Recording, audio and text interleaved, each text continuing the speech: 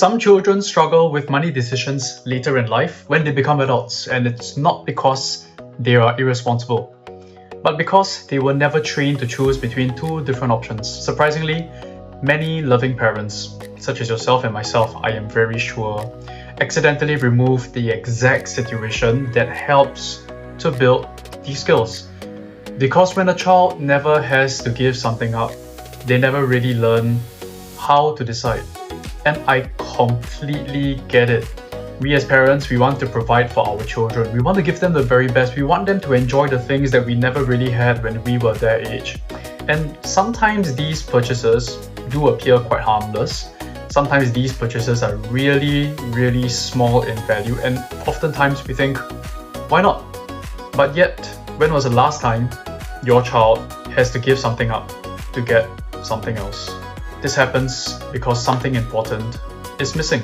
And I call this the trade-off principle. And once you see how it works, you start noticing it is everywhere. In my work with youths, I've seen a pattern that repeatedly goes about itself again and again. Some children expect things pretty immediate. And sometimes they might even say things like, why can't I have this? I have this at home. I can have whatever I want at home. I just get whatever I want at home. And yeah, they do have a fact, they do say, they do experience it at home, and we cannot discount that. Different adults do enforce very different rules. What the father says could be a bit different from the mother.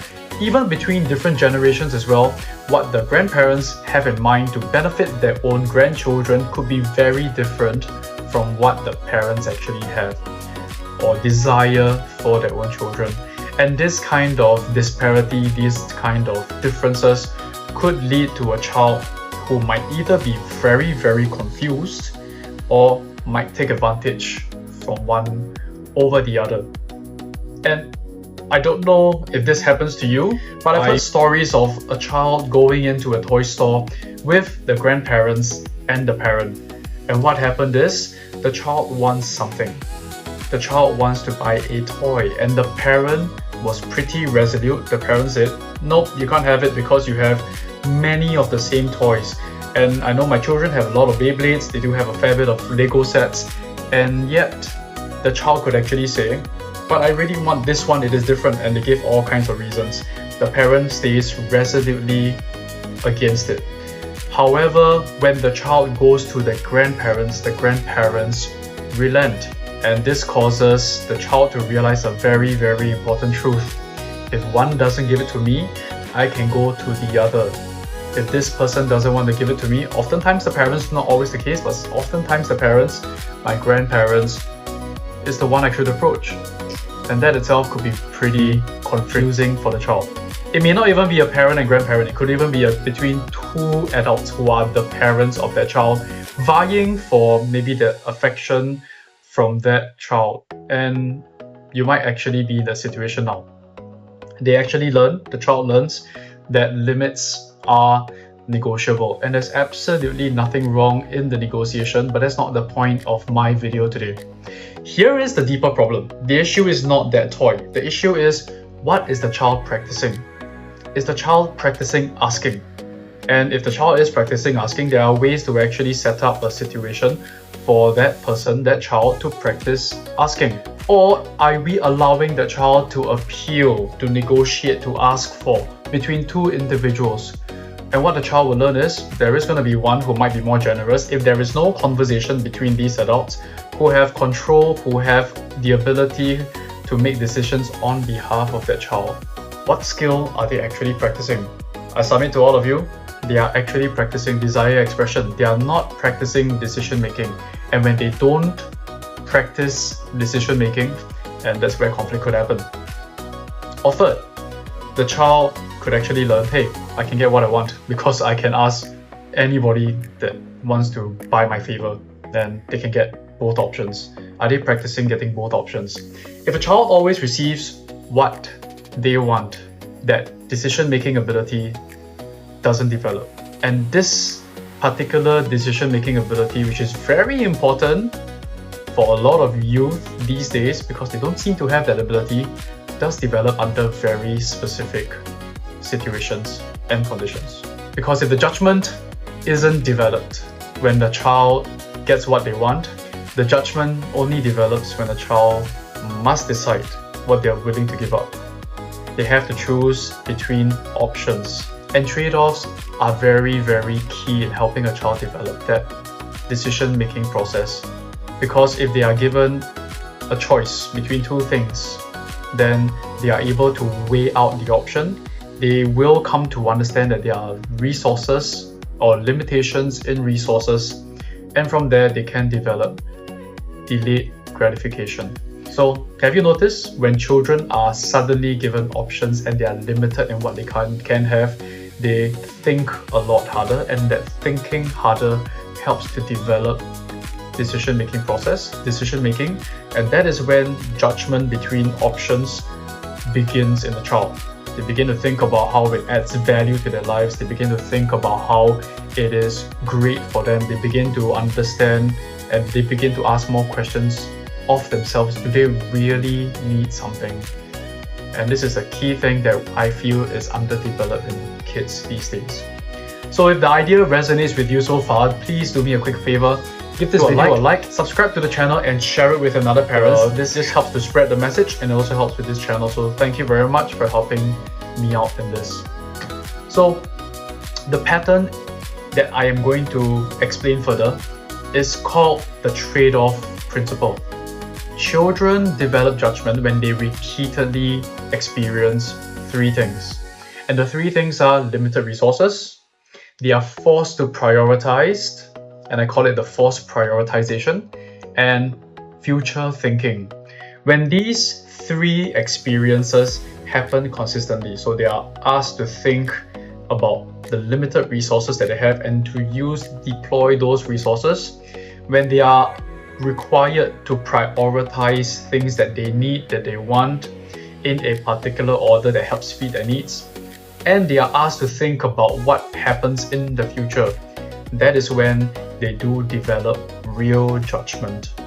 And this helps in developing real financial judgment, really key for the future. So the easiest way to apply the trade-off principle is really very simple. One way I do it is I set a spending limit before I enter a shop, before I enter a place that they want to go into in order for them to buy something that they really need or they really want. An example is this: you can tell a child, look, we're going to come into the shop, we're going to go to the supermarket. I know you're thirsty, so I am going to give you, for example, maybe if your place actually has drinks that cost around $1, but some drinks cost less than $1, you can price it at, I'm going to give you $1. And the child will then begin to have to choose between spending money on a bottle of water, which is typically cheaper than a bottle of soft drink. Now, I am very well aware that there are certain brands of water that cost way more than this amount I've just given, but this is just for the sake of explanation and simplicity. So when a child has $1 and they have to choose between water and a soft drink, they know that number one, they cannot have both options at the same time. So now they're being forced to have limited resources. They're then forced to next prioritize. And when they prioritize, they will then begin to have to understand, look, do I want to have both? What do I choose between? The water, which quenches my thirst, or do I need to have the drink that not just quenches my thirst but also gives me a great, fantastic aftertaste? And then from there, the third one comes in. They have to start thinking about the future. If I spend this $1, I get to keep the extra money left over. Should I choose to buy the water? Because the water is going to likely be less than one complete dollar. But if I were to spend the entire dollar on a soft drink, number one, I may have very little or absolutely nothing left after I buy the soft drink, or I will have to top up with my own money because my own resources that is given to me by my parents is only $1, but this costs maybe $1.20. I have to dig into my own wallet.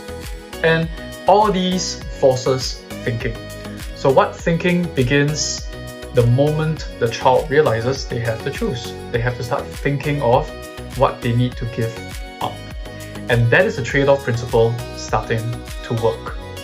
So the first part of the trade-off principle is limited resource. The child needs to experience, first and foremost, that the resources are finite, they are limited.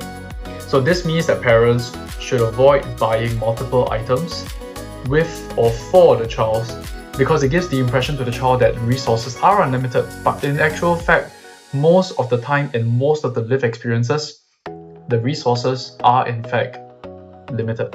Does your child know whether there is a real spending limit? And if your child knows that there is a limit, then they will then have the first part of the principle of the trade-off principle, knowing that there is a limitation in the resource. Next, the second part is the trade-off principle is forced prioritization. The child must force between two things that they want at the same time. They do need to evaluate both options and ask themselves which of these two options helps me to fulfill my need first and foremost before delivering my wants. And if the resource that I have, in most cases it will be money, allows me to meet my need and I happen to have leftover for my wants, great! I can then spend that on both. That fulfills both my needs and my wants at the same time. But if I cannot, then it is important for the needs to be met first. And I talked about it in my previous video, and if you want to, you can head over to check it out. So which option matters more? Prioritization, the ability to line up, to evaluate, to think about which is most important, starts the judgment formation. And that is really, really, really key. The third part of the trade-off principle is future thinking. The child or your children would begin to ask themselves, if I spend this now, what happens to the future? Because resources happen to be limited. If I spend less now, I could have more for the future. If I spend more now, I would have less for the future.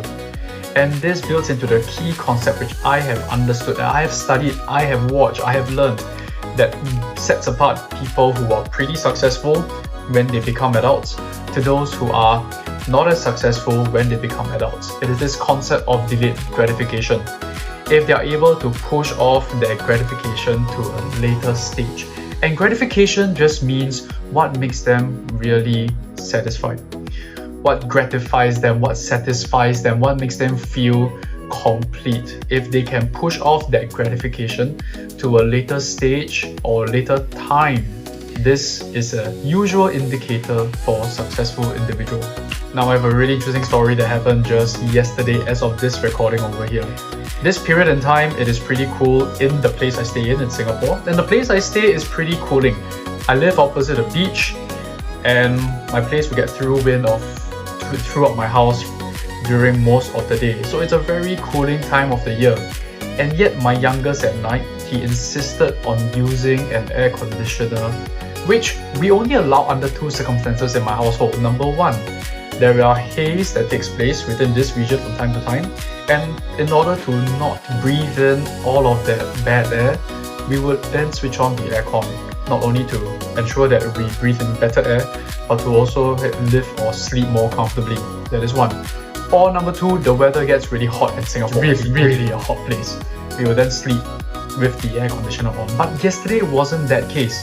He insisted on switching on the aircon, and that kind of entitlement behavior shows that number one, he wasn't able to understand that, look, there is no need to actually switch on the air conditioner then, because why do we need to? Number two, by switching it on, your parents, my wife and I, we do need to spend a little bit more money on the electricity bill for that period. And I think on hindsight, based on a bit of reflection, is because I didn't actually put in place any of the three principles for him. He didn't feel that there was a limitation of his resources because the resources came from his parents. And because of that, he didn't really have a future thinking as well.